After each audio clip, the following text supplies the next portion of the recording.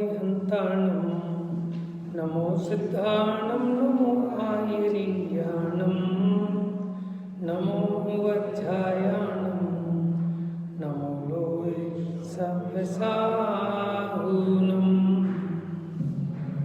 मंगलमय मंगल करण वीतराग विज्ञान नमो ताहि जाते भय अरहंतादि महान करि मंगल करि हो महा ग्रंथ करण को काज जाते मिले समाज सब पावे निज पद राज। इस भवतरु का मूल एक जानहु मिथ्या भाव ताको कर निर्मूल अब करिए मोक्ष उपाय। ठीक है भैया।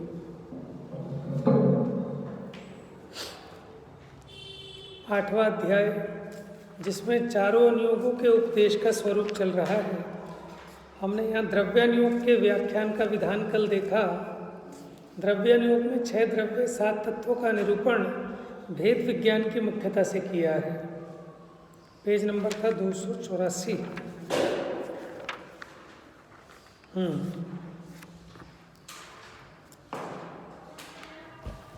284।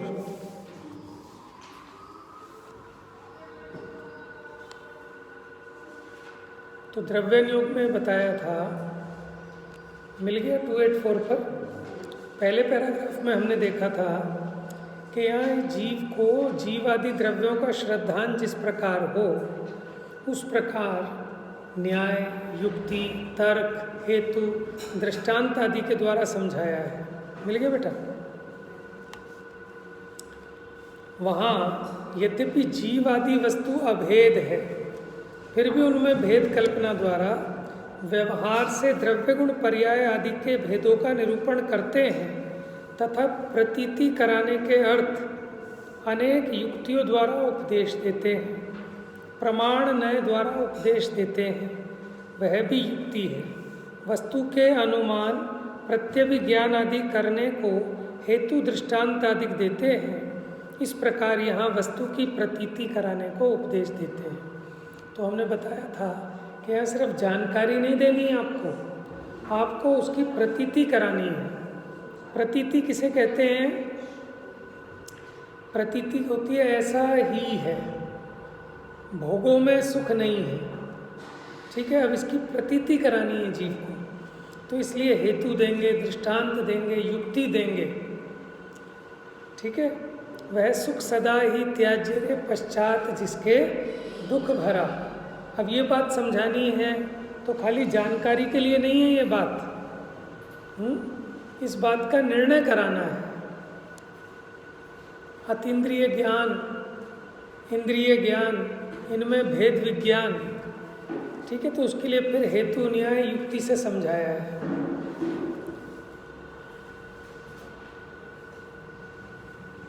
फिर सेकंड पैराग्राफ में हमने बताया कि यहाँ जीव अजीव का निर्णय इस प्रकार कराया कि जिससे स्व और पर का भेद विज्ञान हो,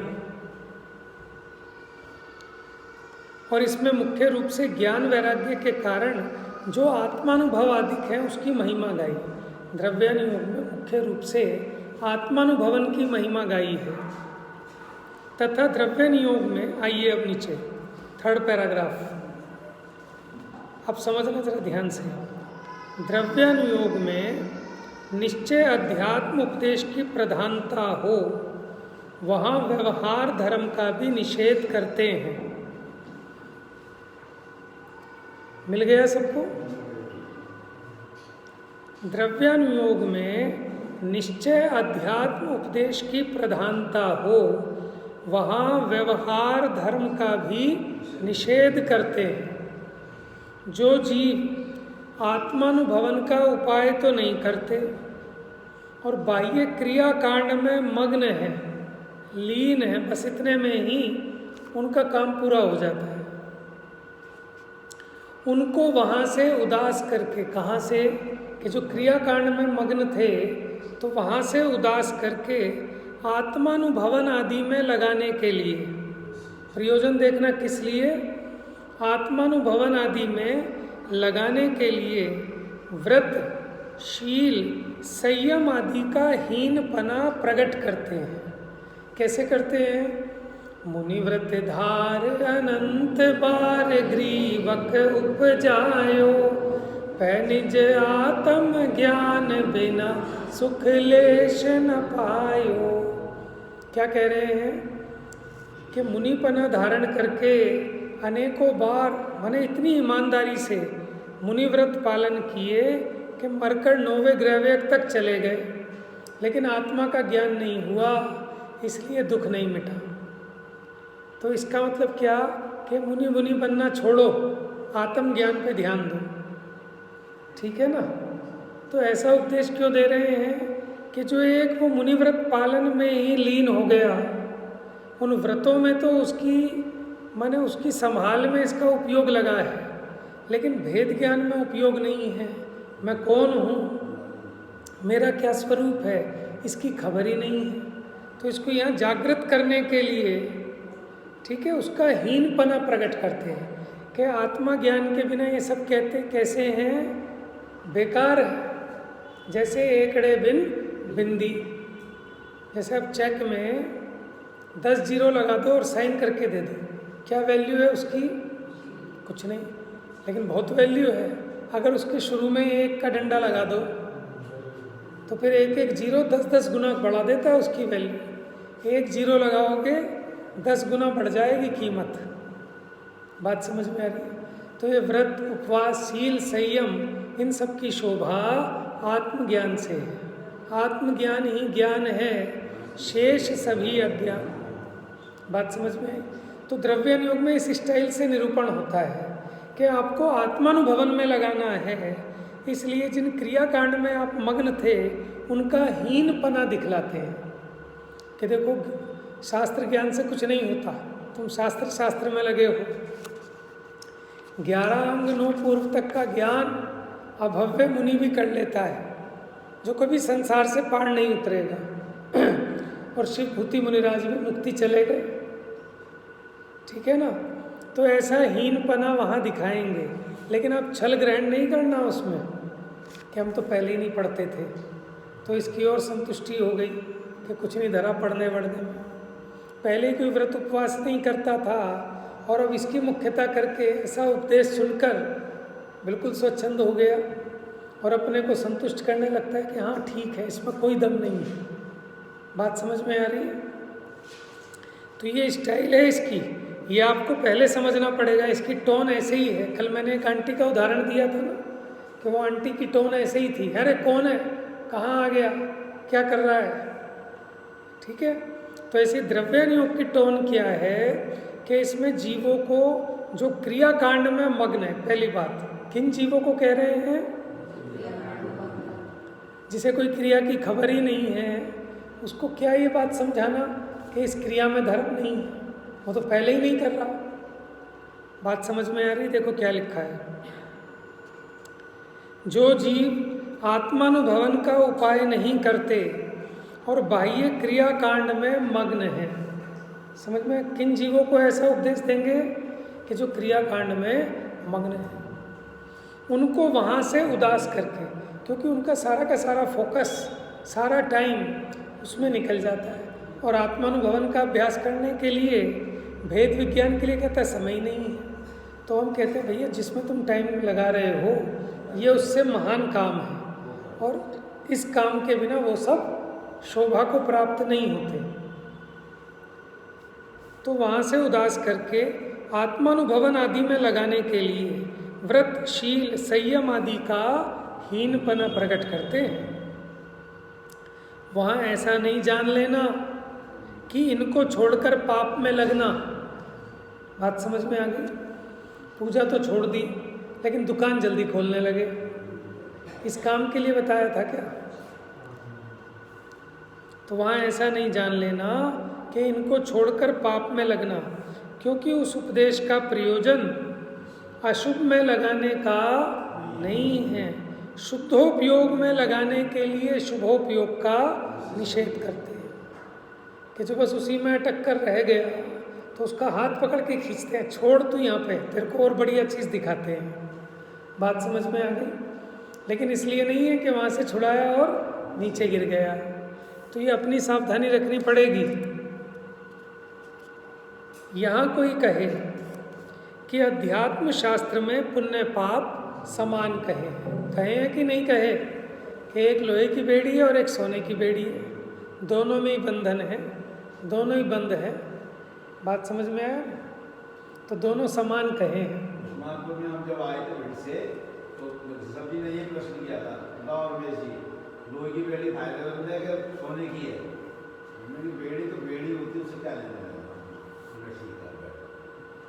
तो देखो, ये बेड़ी की अपेक्षा समानता कही, ठीक है, क्योंकि वो बंधन का कारण। लेकिन अगर गहराई से विचार करेंगे तो आचार्य चारों अनुयोगों में कथन करते हैं कि अगर आपको इंतजार ही करना है तो बजाय धूप में खड़े होने के छाया में खड़े होकर कर लो। बात समझ में आई ना? लेकिन कोई ये सोचे कि इंतजार करना भला है, अब ट्रेन आ गई, हम तो छाया में खड़े, हम तो नहीं बैठेंगे ट्रेन में, तो मूर्ख है। बात समझ में आ गई? तो इस अपेक्षा कि अब जब तक मुक्ति नहीं होती तब तक पापों से बचकर शुभ में लगाने का उपदेश है, क्योंकि वहाँ कसाई की बंधता होती है, ठीक है, तो दुख कम होता है। भाई मुख्यपने तो शुद्धोपयोग में रहना चाहिए, लेकिन जब ना रह पाए तो अशुभ से बचने के लिए शुभ में बुद्धिपूर्वक लगना चाहिए। देखो अभी जो आप कर रहे हो क्या है? अशुभ उपयोग चल रहा है, इसमें शुभोपयोग चल रहा है कि शुद्धोपयोग चल रहा है? हैं? शुभ उपयोग चल रहा है। तो है तो टीवी देखो चाहे शास्त्र सुनो, दोनों में ही तो बंद हो रहा है। दोनों ही समान है कि नहीं है? टीवी देखना या शास्त्र सुनना? बात समझ में आ रही है ना? अब देखो कब समझना, जब आपको आत्मानुभूति में जाना हो, तब तो आपके लिए ये शास्त्र सुनना भी ऐसे ही है जैसे टीवी देखने में टाइम खराब करना। अगर आप अंदर में नहीं रम पा रहे तब भेद करना कि टीवी नहीं देखना, शास्त्र सुनना। एक दिन मैंने उदाहरण दिया था ना सर्कस का। सर्कस पे जो क्या बोलते हैं उसको, जिम्नास्टिक, वो डंडे पकड़ पकड़ के उल्टे सीधे लटकते हैं, छोड़ के दूसरे पे, दूसरे से तीसरे पे, बीच में एक जाल लगाया होता है उन्होंने। वो जाल है शुभ भाव के समान। कैसा है वो जाल? किस लिए है? गिरने के लिए है। बात समझ गए? कि अगर बाई चांस हाथ फिसल जाए तो मुंह ना टूटे। बात समझ में आ गई? बस इसलिए वो जाल। ऐसे ही शुभ भाव, ये जीव अशुभ में जाके अपना मुंह ना फोड़ ले, दुर्गति आदि में ना चला जाए, इसके लिए शुभ भाव का बीच में जाल है। लेकिन उस पर गिरना निंदनीय है, शोभनीय नहीं है। कोई एथलीट उस पर तो ना लटके और जाल पे पड़ा रहे, तो वो निंदनीय है, ठीक है ना? वो फेल है कि ऊपर से फिसल गया और जाल पे गिर गया, उसमें भी उसकी बेइज्जती है, क्योंकि रहना तो उसी पे है ऊपर। लेकिन अगर नहीं रह पाया तो कम से कम इस लायक तो बच जाए कि दोबारा फिर से चढ़ जाए। बात समझ में आ रही है? अब यही प्रश्न किया है। देखो भाई, अभी टोडरमल जी ने जो ऐसा निरूपण किया है ना, उसके बाद आप द्रव्यानुयोग का अभ्यास करेंगे तो आपको कोई गड़बड़ नहीं होगी। देखो जब डॉक्टर दवाई देता है ना आप लोगों को एलोपैथी की, उसके साथ एक सिट्रीजन दे देता है और एक वो गैस की पैंडी। क्यों दे देता है? अगर वो ना दे एंटीबायोटिक के साथ में तो आपको गैस ही इतनी बन जाएगी, आप दर्द के मारे परेशान हो जाओगे, है ना? तो एक ऐसी कि आपको एलर्जी भी ना हो, गैस भी ना बने, साथ में दी जाती है कि नहीं दी जाती है ना? तो उसी प्रकार ये जीव भी जब द्रव्यानुयोग के उपदेश को सुने तो उसके साथ वो स्यादवाद का जो कथन है उसको अपनी बुद्धि में रखे तो उसको ना गैस बनेगी ना कोई एलर्जी होगी, अपेक्षा उसके ख्याल में नहीं आएगी। तो इसलिए ये जो है ना, ये बात समझ ले जीव, उसको कहीं कोई गड़बड़ नहीं होगी।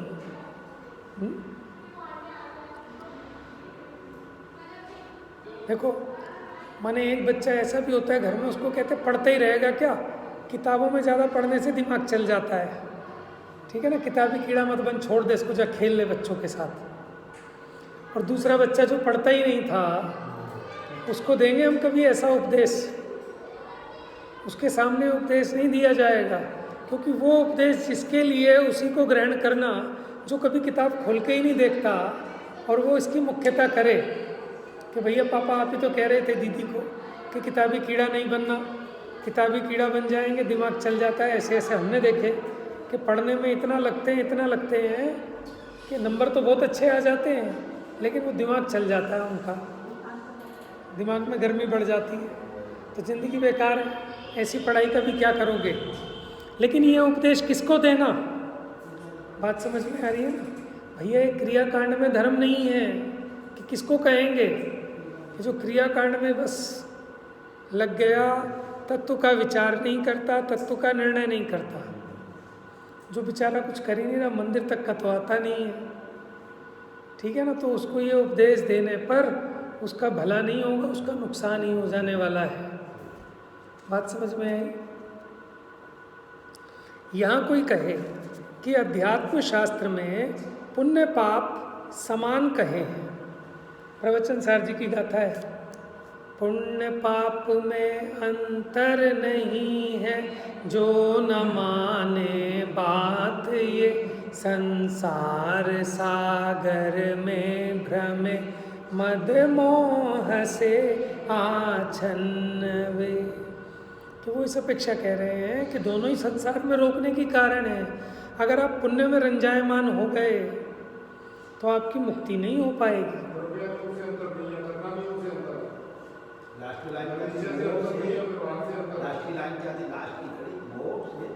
आच्छन्न वे, आच्छन्न माने मोह से ढके हुए।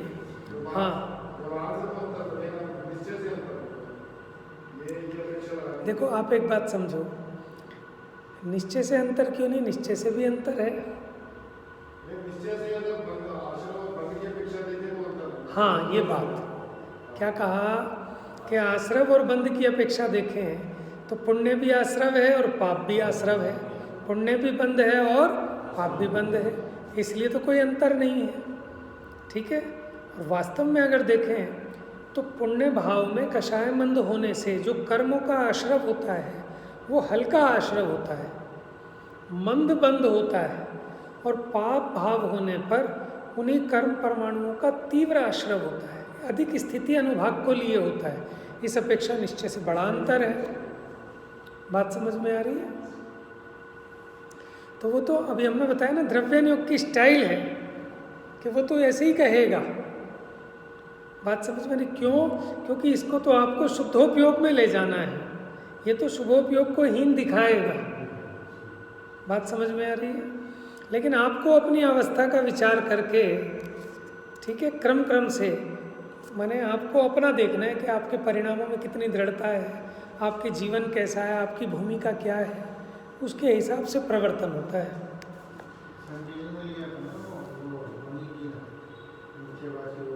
हाँ उभयभाषी का हमने लिया था, 12-15 दिन लगे थे उसमें। हाँ, और मतलब वो विषय इतना गूढ़ है कि वो जिसको उभयभाषी समझ में आ गया ना, उसको ज़िंदगी में कभी गड़बड़ नहीं हो सकती। उसको पूरा नए चक्र समझ में आ गया, उसे ही उभयभाषी समझ में आएगा। क्योंकि उभयभाषी आपको ऐसा लगेगा जैसे भगवान है। क्यों? क्योंकि उसके जीवन में आपको आचरण भी बढ़िया दिखेगा, वो आचरण भी करेगा और अध्यात्म की बातें भी करेगा कि मैं शुद्ध हूँ, सिद्ध हूँ। बात समझ में आ रही है? लेकिन उभयभाषी में क्या हुआ कि उस प्रकार मानने में विरोध आता है। मैं आपको बताऊं, आप एक तरफ कहते हो कि मुझ में राग ही नहीं है, क्या कहा? मुझ में राग नहीं है, ठीक है, और दूसरी तरफ कहते हो कि मुझको इन राग को मिटाना है। तो आप एक बात बताओ, अब आप सोचो कि मैंने दोनों बातें सही मान ली, दोनों बातें सही मान ली कि उभयाभास हो गया आपको कि पहले आत्मा में राग नहीं है, आप यही अपेक्षा सही नहीं समझे, इसलिए आपको निश्चय नहीं हुआ, निश्चयाभास हुआ है। बात समझ में आ रही है? और ये क्रिया करने से मेरी मुक्ति हो जाएगी, इन क्रियाकांडों को करने से मेरा कल्याण हो जाएगा, शुभ भाव से मेरे कर्मों की निर्जरा हो जाएगी, ऐसा जो मान के बैठा है और उन क्रियाओं में ही धर्म मान के संतुष्ट है, वो व्यवहार नहीं है, व्यवहार आभास है। और तीसरे टाइप का क्या हुआ कि अच्छा इसकी ये गलती थी कि व्रत उपवास में धर्म नहीं मानता था, व्रत उपवास नहीं करता था, और व्यवहारी वाले की ये गलती थी आत्मा को शुद्ध नहीं मानता था। तो इसने क्या किया, दोनों काम मिला लिए कि आत्मा को शुद्ध मानूंगा और व्रत उपवास संयम नियम भी करूंगा। बात समझ में आ रही है? तो इसने जो निश्चयाभासी कर रहा था वो भी कर लिया और जो व्यवहाराभासी कर रहा था वो भी कर लिया। अब दो गलत मिलकर सही तो नहीं हो सकते। क्या कहा? दो गलत मिलकर सही नहीं हो सकते, डबल गलत हो गए। तो इसको कहते हैं उभयाभास। वहाँ दोनों तरह का आभास है उसको एक साथ। उसमें प्रॉब्लम क्या है कि वो उसकी अपेक्षा को सही नहीं समझता। आप मुझे बताओ, जब आत्मा में राग ही नहीं है, ठीक है, तो आपको राग का अभाव करना है, ये बात ही झूठी है। जब आत्मा में राग है ही नहीं, आत्मा में राग प्रवेश ही नहीं कर सकता, तो फिर मुझे राग मिटाने के लिए व्रत अंगीकार करना, ये तो बेवकूफ़ी की बात है ना। नहीं आई बात समझ में? जब आत्मा शुद्ध है तो आत्मा को शुद्ध करने के लिए तप करना, ये तो दोनों विरोधी बातें हो गई। अगर आप आत्मा को शुद्ध करने के लिए तप कर रहे हो तो फिर आपने शुद्ध माना नहीं, और अगर शुद्ध माना है तो इसकी शुद्धि के लिए व्रत तप उपवास क्यों कर रहे हो? तो ऐसा तो दोनों को मानने में विरोध आता है। कुछ बात समझ में आ रही है आपको? ऐसे बात बनती नहीं, ठीक है। ज्ञानम का मैं पिता भी हूँ और मैं ज्ञानम का पुत्र भी हूँ, ये तो बात बनती ही नहीं। ऐसा मानने में तो परस्पर विरोध आता है। बात समझ में आ रही है? तो उसको हो गया उभयाभास कि निश्चयाभासी व्रत तप नहीं कर रहा था और व्यवहाराभासी व्रत तप कर रहा था, लेकिन आत्मा की बात, शुद्ध आत्मा की, भेद ज्ञान की, आत्मा को शुद्ध नहीं मान रहा था। तो इसने उन दोनों का काम मिला के कर लिया और सोचता है कि अब मैं ठीक हो गया। मैं आपको एक उदाहरण से समझाता हूँ। 7 अंधों की कथा आपने सुनी होगी, हाथी वाली। 7 अंधे, 7 जन्मांध थे। जन्मांध इसलिए उन्होंने कभी हाथी देखा ही नहीं, ठीक है। अब एक ने हाथी को पकड़ा, टच किया और कहा ओहो, अब मैं समझ गया कि हाथी खंबे जैसा होता है। उसके पैर को पकड़ा और उन्होंने कहा अब मैं समझ गया हाथी कैसा होता है, खंबे जैसा होता है। दूसरे ने उसका कान पकड़ा, ओहो, हाथी पंखे जैसा होता है। तीसरे ने पूंछ पकड़ी, उन्होंने कहा ओहो, मैं समझ गया झाड़ू जैसा होता है। एक ने पेट पकड़ा और ढोल जैसा होता है। बात समझ गए? तो सातों के सातों सही समझ रहे हैं कि गलत समझ रहे हैं? गलत है ना, एकांती है ना सातों के सातों। अगर इन सातों को मिला दिया जाए तो सही हो जाएगा ना, अनेकांती हो जाएगा कि नहीं हो जाएगा? अब सोचो आप। नहीं होगा।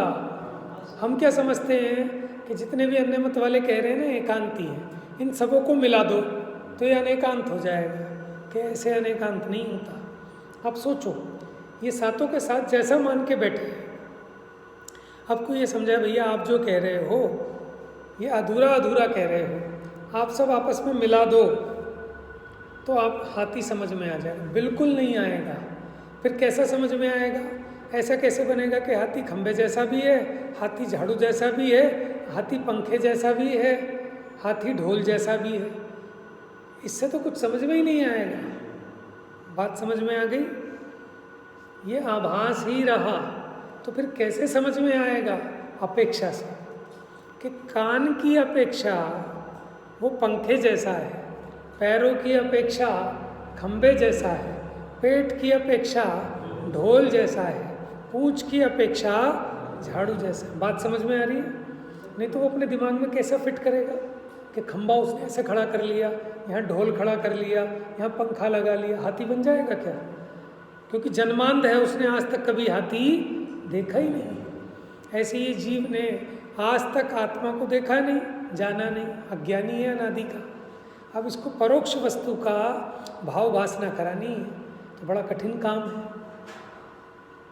आप बात समझ रहे हो? व्याभास क्या? इस प्रकार तो उन दोनों नयों के मानने में विरोध आता है जब तक आप उसकी अपेक्षा नहीं समझोगे। तो मैंने अभी एक प्रश्न खड़ा किया, गुरुदेव का एक वाक्य है, बदा भगवान छः और बदा भगवान थाओ, कि सभी जीव भगवान हैं और भगवान बन जाओ। तो ऐसा कैसे पॉसिबल है? अगर भगवान है तो ये क्यों कहते हो कि भगवान बन जाओ?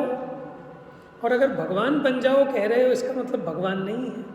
तो ऐसे तो इन दोनों बातों को मानने में विरोध आता है। और उभयावासी कैसे मान रहा है? एक तरफ मैं तो बना बनाया भगवान हूँ और दूसरी तरफ व्रत उपवास कर रहा है, तो भगवान कोई व्रत उपवास करते हैं। बात समझ में आ रही है?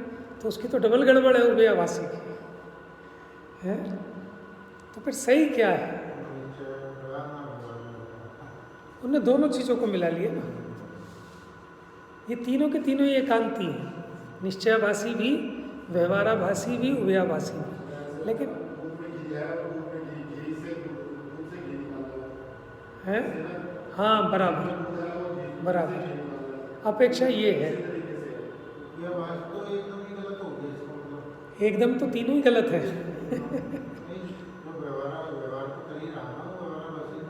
नहीं, देखो सुनो, अब समझना। देखो किसी क्रिया का नाम व्यवहार नहीं है। देखो व्यवहार ने, निश्चय ने, ये ज्ञान में होते हैं। किस में होते हैं? किसी क्रिया का नाम व्यवहार नहीं, किसी क्रिया का नाम निश्चय नहीं, ये ज्ञान में होते हैं। जैसे देखो, ये जीव शरीर की क्रिया को करता है, ऐसा व्यवहार ने इसे कहा जाता है। क्या ये शरीर मेरा है? ये ऐसा जानना, संयोग की अपेक्षा, आपके माइंड में अपेक्षा होनी चाहिए कि शरीर मेरा इसलिए कह रहे हैं क्योंकि वो वाला शरीर मेरा नहीं है। जैसे मैंने कहा ये मोबाइल मेरा है, ठीक है, तो ये निश्चय ने से कि व्यवहार ने से? लेकिन ऐसे कहने से तो व्यवहार ने से समझ में नहीं आएगा। किस अपेक्षा? कि ये मोबाइल आपका नहीं है, आपका नहीं है, इस अपेक्षा कह रहा हूँ, बस मेरा है। वास्तव में तो ये सैमसंग का है, एप्पल का है, नोकिया का है, अथवा प्लास्टिक का है। बात समझ में आ रही है? अब ये मोबाइल प्लास्टिक का है, ये निश्चय है कि व्यवहार? समझ गए? ये कुर्ता मेरा है, ये व्यवहार है कि निश्चय? क्यों? व्यवहार सच्चा होता है कि झूठा होता है? बराबर है? नहीं जी, झूठा नहीं। असत्यार्थ का मतलब झूठा नहीं। क्योंकि आपका ही है, वो आप ही भाई झूठा कैसे? अगर मैं इस कुर्ते को अपना मान रहा हूँ, अपना कह रहा हूँ, तो मुझे क्या पाप लगेगा झूठ बोलने का? बात समझ रहे हो ना? दूसरे का हो तो हाँ, देखो आपके ज्ञान में अपेक्षा होनी चाहिए। बात खाली कथन की नहीं है, आपके ज्ञान में क्लैरिटी है कि मेरा इस अपेक्षा, अगर मुझे कुर्ता पहनना है तो मैं किसी और का नहीं पहनूंगा, ये पहनूंगा, बस इस अपेक्षा मेरा कह रहा हूँ। बाकी तो कपड़े का है, ये अपने ज्ञान में है ना। तो ये सही हुआ, ये निश्चय ने भी ठीक है और व्यवहार ने भी ठीक है। बात समझ में आ रही है? अब जैसे व्रत उपवास पे हम लगा के देखें, हमने आज भोजन नहीं करना, ठीक है, मान लो आज हमारा उपवास है, तो हम ये किस अपेक्षा कह रहे हैं कि ये देह का संयोग मेरे ही साथ है और खाने का राग जीव करता है। तो मैंने उस खाने संबंधी राग को तोड़ा। क्या आज मैं भोजन नहीं करूँगा? मैंने अपने राग को जीता, अपनी इच्छा को जीता। तो इस अपेक्षा हमने क्या कहा कि आज मैंने उपवास किया, ठीक है। जबकि उपवास में क्या किया आपने? क्या किया आपने? खाना नहीं खाया ना। खाना नहीं खाना और खाना खाना, ये जड़ की क्रिया है कि चेतन की क्रिया है? जड़ की क्रिया है। अब ये है तो जड़ की क्रिया, लेकिन इसको चेतन की क्रिया कह रहे हैं, तो झूठ हो जाएगी। लेकिन झूठ कब होगी? जब आपके ज्ञान में अपेक्षा ना हो, और जब आपके ज्ञान में क्लैरिटी है, अपेक्षा है, तो ये झूठ नहीं होगी, ये होगा व्यवहार नहीं। भाई साहब, आपका ही मकान है, आप आराम से बैठो, आपका ही सोफा है, आपका ही घर है, आराम से अपना ही घर समझो इसे, तो ये निश्चय का कथन है कि व्यवहार का,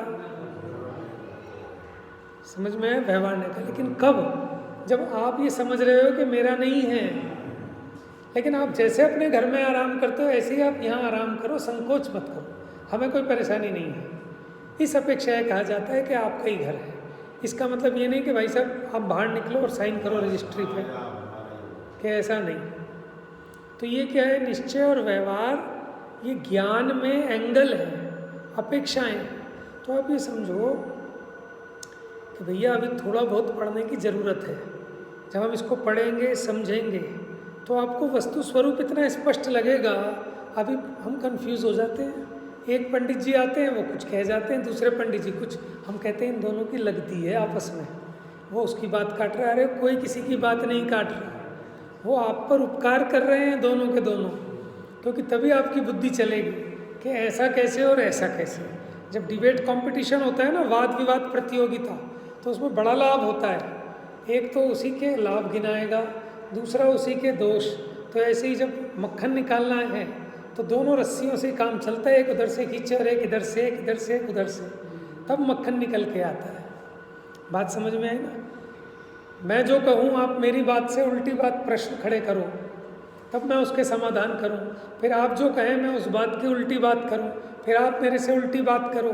तो जब इस प्रकार का स्वाध्याय होगा तो इतना बढ़िया तत्व समझ में आएगा और इतना बढ़िया निर्णय होगा। बात समझ में आ रही है? तो अभी तो धीरे धीरे पढ़ेंगे, तो क्रम से पढ़ने पर वस्तु का स्वरूप समझ में आता है। ऐसे नहीं कि कभी कहीं का सुन लिया, कभी कहीं का। ये ऐसी चीज़ तो है नहीं कि हम आपको एक डोज में दे दें। जैसे माँ बाप बच्चे को भेजते हैं ना स्कूल, तो मास्टर जी को कहते हैं मास्टर जी बस इसे ऐसा बना देना परफेक्ट, इसे घोट के पिला देना। वो कहते हैं भाई साहब हाथ जुड़वा लो, ऐसी कोई विधि नहीं है हमारे पास कि हम पुड़िया घोल के पिला दें।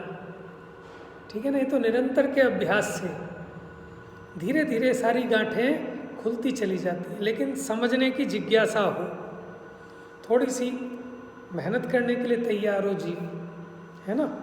तो प्रमाद छोड़ना पड़ेगा, थोड़ी बुद्धि लगानी पड़ेगी। जहाँ प्रॉफिट का धंधा होता है वहाँ बुद्धि लगाते हैं नहीं लगाते हैं, और जब प्रॉफिट होता है तो वो उत्साह बढ़ता है कि मज़ा आ गया इस धंधे में।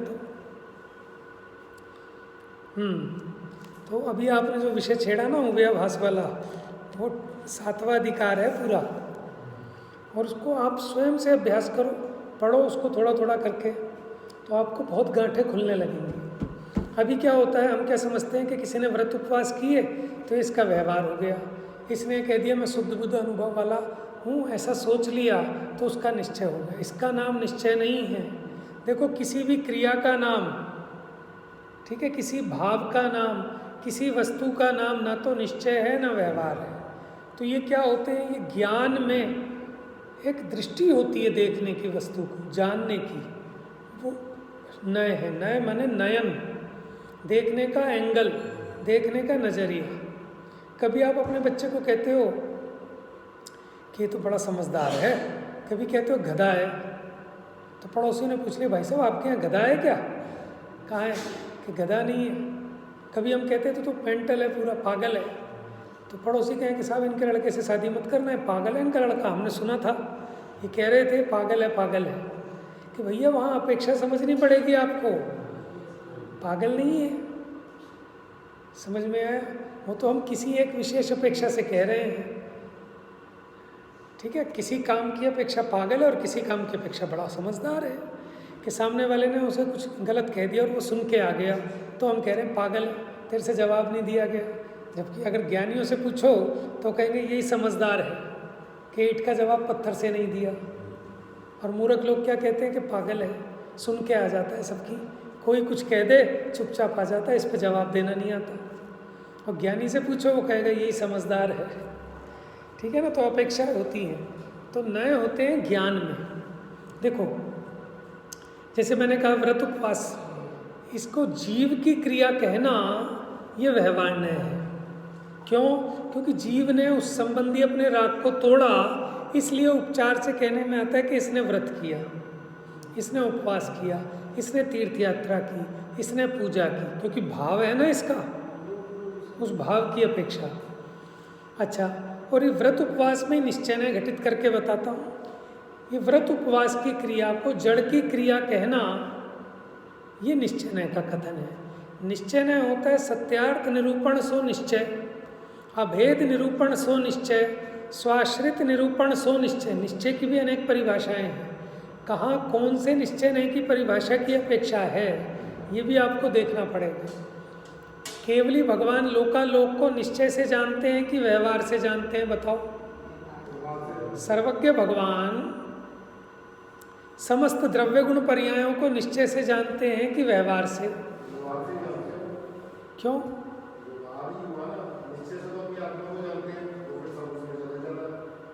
ऐसा नहीं है ना, ना, ये तो फिर एकांत एक ऐसा खड़ा हो जाएगा कि इसको जानते हैं और इसमें झलकता है। ये दर्पण की तरह नहीं है, दर्पण का उदाहरण है बस। वो एक्चुअल में है, इस तरीके से व्यवहार हुआ ना, वो जानते नहीं है, वो जानने में आता है, इस तरीके से हुआ ना वो। ऐसे तो वो सुनो, ऐसे तो स्वयं को भी जानते नहीं है, स्वयं भी जानने में आता है, क्योंकि इच्छा का अभाव हो गया। इच्छा रहती है नीचे 10वें गुण स्थान तक। अनंत परमात्मा के स्व को जानने की भी इच्छा नहीं है और पर को जानने की भी इच्छा नहीं है। जैसे पर जानने में आता है, ऐसे स्व भी जानने में आता है, ये अपेक्षा नहीं है। इसलिए अगर आपको ये परिभाषा पता होगी कि स्वाश्रितो निश्चय पराश्रितो व्यवहार है, नहीं है, है। देखो ये, अब देखो कैसे नियम सार जी की गाथा है 56, 57, 58, 59, यही विषय है। हाँ, 159 नंबर की होगी शायद। तो वहाँ कहा कि केवली भगवान, अगर कोई ये कहता है कि ये जो अनंत परमात्मा है सर्वज्ञ है, तो क्या दोष है? और कोई ये कहता है कि सर्वज्ञ नहीं है, आत्मज्ञ है, तो भी क्या दोष है? आप समझ रहे हैं सर्वज्ञ और आत्मज्ञ में क्या अंतर है? सर्वज्ञ माने सबको जानते हैं। कोई अगर ऐसा कहे, कोई अगर ऐसा कहे तो इसमें क्या आपत्ति है? ठीक है।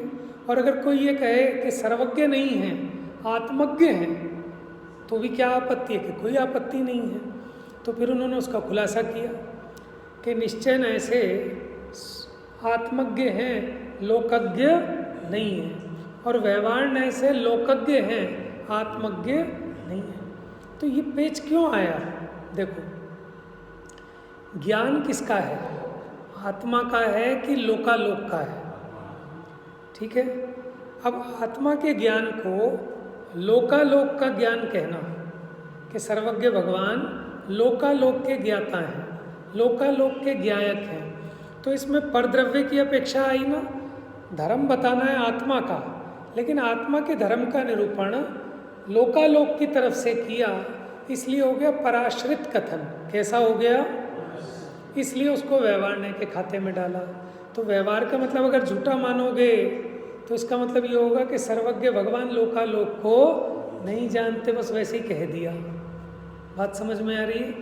और निश्चय ऐसे निरूपण क्या होगा कि आत्मा ज्ञान स्वभावी है ना, तो उस आत्मा का आत्मा की तरफ से ही निरूपण करो, वो हो गया निश्चय ऐसे किया गया निरूपण।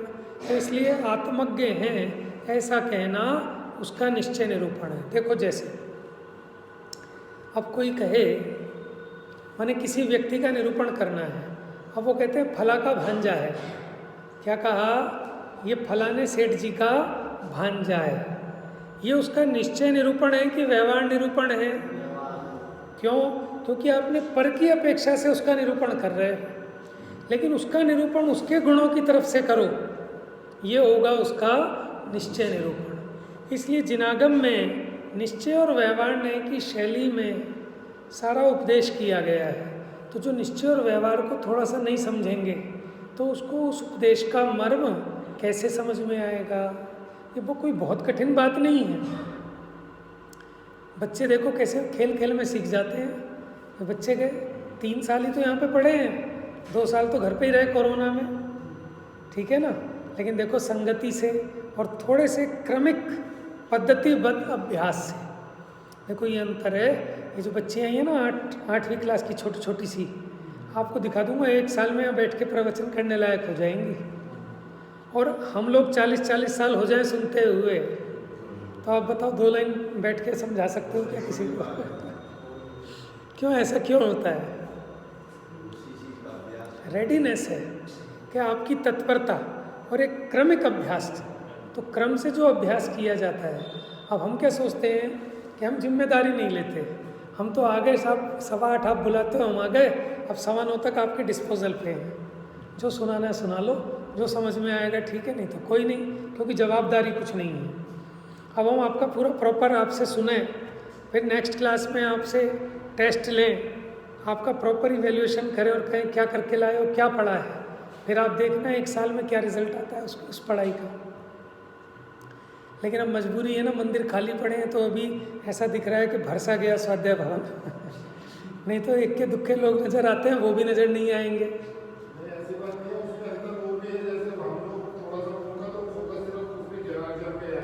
सही बात है। तो ज़्यादा बच्चों में फंसे हुए हैं। लेकिन आप मेलाराम जी को देखो, आप देखो कितनी उम्र है उनकी, और इतने मतलब गहन अभ्यास में अपने हाथ से वो लिखते हैं, नोट्स बनाते हैं और नक्शे बनाते हैं, जम्बू द्वीप का, भरत क्षेत्र का, इसका उसका।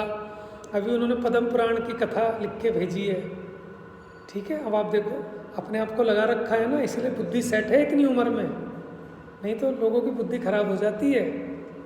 हम मस्त हैं अपना बैठे रहिए और लिखिए। अपना अभ्यास अपने उपयोग को लगाने के लिए कितनी अच्छी बात है। देखो देखो ये तो अपने को निर्णय करना पड़ेगा कि मुझे सुख से जीना है कि दुख से जीना है, ये अपने हाथ में है। मैं तो ये कहता हूँ, ये जो जिनवाणी का अभ्यास है ना, जब तक आत्मानुभव में आपकी उपयोग में लीनता नहीं होती, तो ये जो भगवान के वचन हैं आप इसमें ही लीनता कर लो, तो इससे बढ़िया कोई दूसरा काम नहीं है। सबसे उत्तम तप है ध्यान, और अगर वहाँ नहीं टिक पा रहे तो फिर स्वाध्याय। स्वाध्याय परमम तपः, स्वाध्याय को परम तप कहा है। बात समझ में आ गई ना? तो इसलिए थोड़ा सा आप अपने जीवन में एक टाइम टेबल बना लो कि मुझे मतलब कम से कम दिन में 1 घंटा अपना अपना सेल्फ स्टडी करनी है, अपना स्वयं का अभ्यास। मेरे को सुनना है वो ठीक है सुनना, लेकिन उससे ज़्यादा फायदा तब होगा जब आप स्वयं का पढ़ेंगे।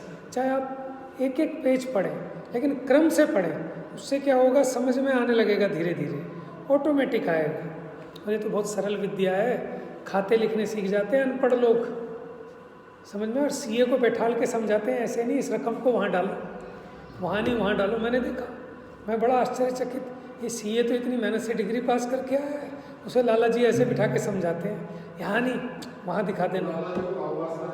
भाव वासना ज़्यादा है सीए को नहीं है उतनी भाव वासना, लेकिन ये लाला लोग उस सीए को असली सीए बना देते हैं। फिर वो 10-20 साल में ऐसे चांदनी चौक के लालाओं के पास बैठ बैठ के फिर ये सीए एक्सपर्ट होते हैं। नहीं हो सकते, नहीं हो सकते, इन्हें वो कलाकारी नहीं आती जो लाला जी को आती है। सीए सेट नहीं करा पाएगा इनकम टैक्स वालों को, लाला जी सेट कर देंगे ढंग से। बात समझ में नहीं? भाव वासना का खेल है ये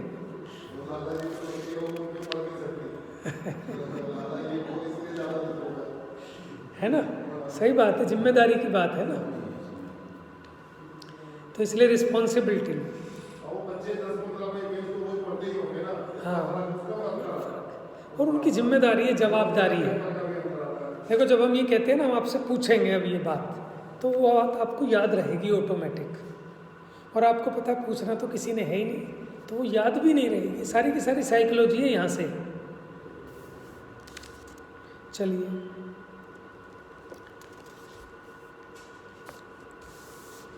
तो अब जो निश्चय व्यवहार जगत समझता है, उसका नाम निश्चय व्यवहार बिल्कुल नहीं है कि जो व्रत उपवास कर रहा है उसका नाम व्यवहार हो, जो आत्मा का अनुभवन कर रहा है उसका नाम निश्चय हो, ऐसा नहीं है।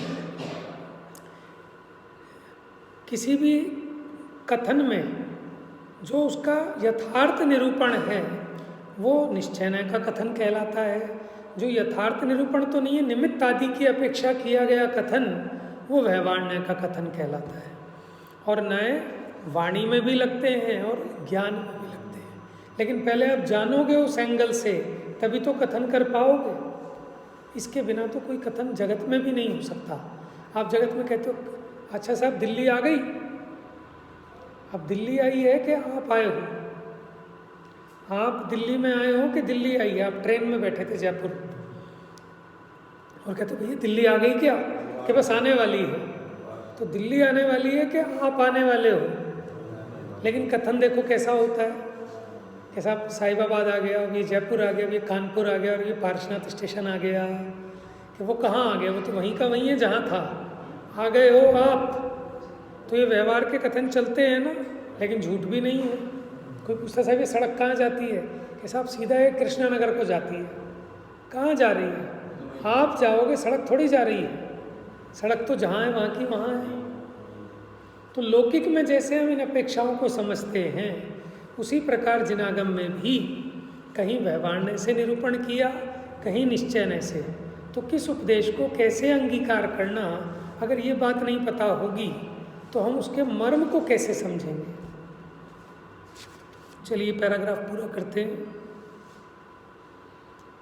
हाँ, अभी प्रश्न किया ना, देखो अब जो विषय चलता है उसको लेते हैं, वो अलग विषय। आप थोड़ी फुर्सत निकालो। हम भी फुर्सत, हम तो फुर्सत में हैं। हमें तो ये चीज़ बहुत अच्छी लगती है कि इसको अच्छे से पढ़ें। जितना गहरा अभ्यास करें उतना लाभ होने वाला है। और मनुष्य पर्याय में अब ये नहीं करेंगे तो क्या करेंगे? और बुद्धि ज़्यादा परेशान करती है ना, मन बड़ा चंचल है, उपयोग नहीं टिकता।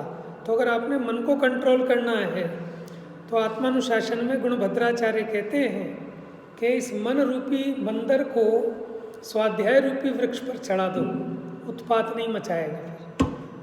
तो इसके 10 लाभ तो टोडरमल जी ने गिनाए। साक्षात स्वाध्याय करने के 10 तुरंत के लाभ, तत्काल होने वाले लाभ।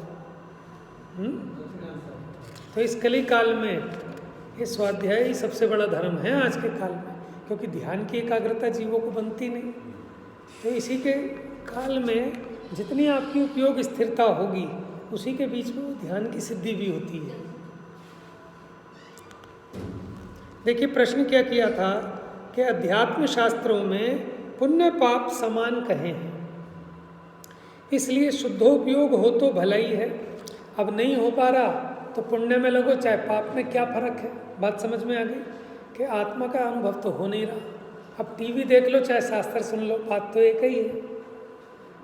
दुकान चला लो कि मंदिर चला लो, बात तो एक ही है।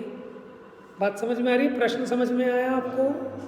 ये प्रश्न है ना, उसका प्रश्न सही है। उत्तर, जैसे शूद्र जाति की अपेक्षा जाट और चांडाल समान कहें। देखो जैसे जाट है वो भी शूद्र है और एक चांडाल है। चांडाल कौन होते हैं? जो फांसी वासी चढ़ाते हैं अथवा बलि वगैरह देते हैं, वो चांडाल है। तो है तो दोनों शूद्र, लेकिन उन दोनों शूद्रों में अंतर है कि नहीं? आपने सुना ना, एक बामन के घर पला और एक शूद्र के घर पला, वहाँ उदाहरण है ना। ऐसे ही एक होता है अस्पर्श शूद्र, एक होता है स्पर्श शूद्र जिसके हाथ का पानी पी सकते हैं, और एक ऐसा होता है उसके हाथ का पानी नहीं पी सकते। आप अपने घरों में बर्तन मांजने के लिए कोई शूद्र आता है तो आप उसको अलाउ कर देते हैं, लेकिन अगर शूद्र में भी वो वाला शूद्र हो, चांडाल वाला, तो आप उसको अपने घर में प्रवेश नहीं दे सकते। समझ में? जैसे धोबी हो गया, नाई हो गया, सुनार हो गया, लुहार हो गया, ये शूद्र तो हैं, लेकिन उन दोनों में फ़र्क है। और देखो टोडरमल जी लिख रहे हैं इस बात को। क्या लिख रहे हैं? जैसे शूद्र जाति की अपेक्षा जाट और चांडाल समान कहें, परंतु चांडाल से जाट कुछ उत्तम है। बात समझ में आ रही है? वह अस्पृश्य है और यह स्पर्श है, माने स्पर्श करने योग्य है, वो स्पर्श, उसको छूना भी मना है। उसी प्रकार बंद कारण की अपेक्षा पुण्य पाप समान है। किस अपेक्षा? बंद की अपेक्षा। परंतु पाप से पुण्य कुछ भला है। टोडरमल जी लिख रहे हैं, क्या कह रहे हैं? पाप से पुण्य कुछ भला है। समझ में? आप कोई कहे जिसने भला कह दिया वो मिथ्या दृष्टि हो जाएगा, तो आप सोचो ऐसा कथन कहने में कितने बड़े बड़े विद्वानों का, आचार्यों का निषेध हो जाता है। हमें पता ही नहीं होता कि हम अपने आप कितना पाप बांध रहे हैं, किस किस का विरोध कर देते हैं। बात समझ में आ रही है? देखो, वह तीव्र कषाय है। कौन? पाप या पुण्य? यह मंद कषाय रूप है। क्या? क्रिया की बात नहीं है, भावों की बात है। पाप पुण्य भावों में होते हैं, तो पुण्य भाव से की गई क्रिया ही पुण्य क्रिया कहलाती है। बात समझ में आ रही है? इसलिए पुण्य छोड़कर पाप में लगना युक्त नहीं है, ऐसा जानना। तथा जो जीव जिन बिंब भक्ति आदि कार्यों में ही मग्न है, उनको आत्म श्रद्धान आदि कराने को देह में देव है, मंदिर में नहीं। योग सार की गाथा है ना, देह देवल में देव है, जन मंदिर भरमंत। हाँ ठीक है, देह देवल में देव है, जग मंदिर भ्रमंत। हंसी आई यूं देखकर सिद्ध भिक्षार्थ गमंत। योग सार की मूल गाथा है कि इसमें भगवान है, इसमें देव है, और ये मंदिरों में भटक रहे हैं, जड़ मंदिरों में, कि यहाँ भगवान है कि वहाँ भगवान है। भगवान तो यहाँ है।